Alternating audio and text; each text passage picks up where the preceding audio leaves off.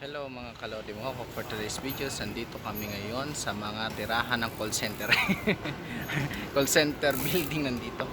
At kasama ko si Hi! John Marlin. Ayan. Maria kami.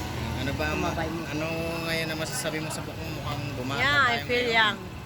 Ha? It's look better than before. Wow. I feel good. I feel good. I feel good daw siya, guys. So, I ayan. feel great. At Great. sana yan, Margars. And mga Lodis, please follow my, watch my YouTube channel. You can see a lot of things there. Wow.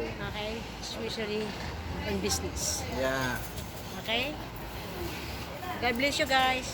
So yun na nga guys, so ang ano namin ngayon for today's video, tayo ngayon, naka system uniform para sa ating gaganapin na seminar.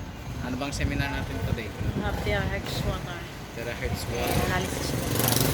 Wow. So ayun nga guys, so para makapag-training din kami na ang paano mag-blood analysis, and yun ay training sa company para pag next na kami na mismo gagawa, okay, marunong kami mag-blood analysis. So thank you and feel good now guys. See you to the next vlog.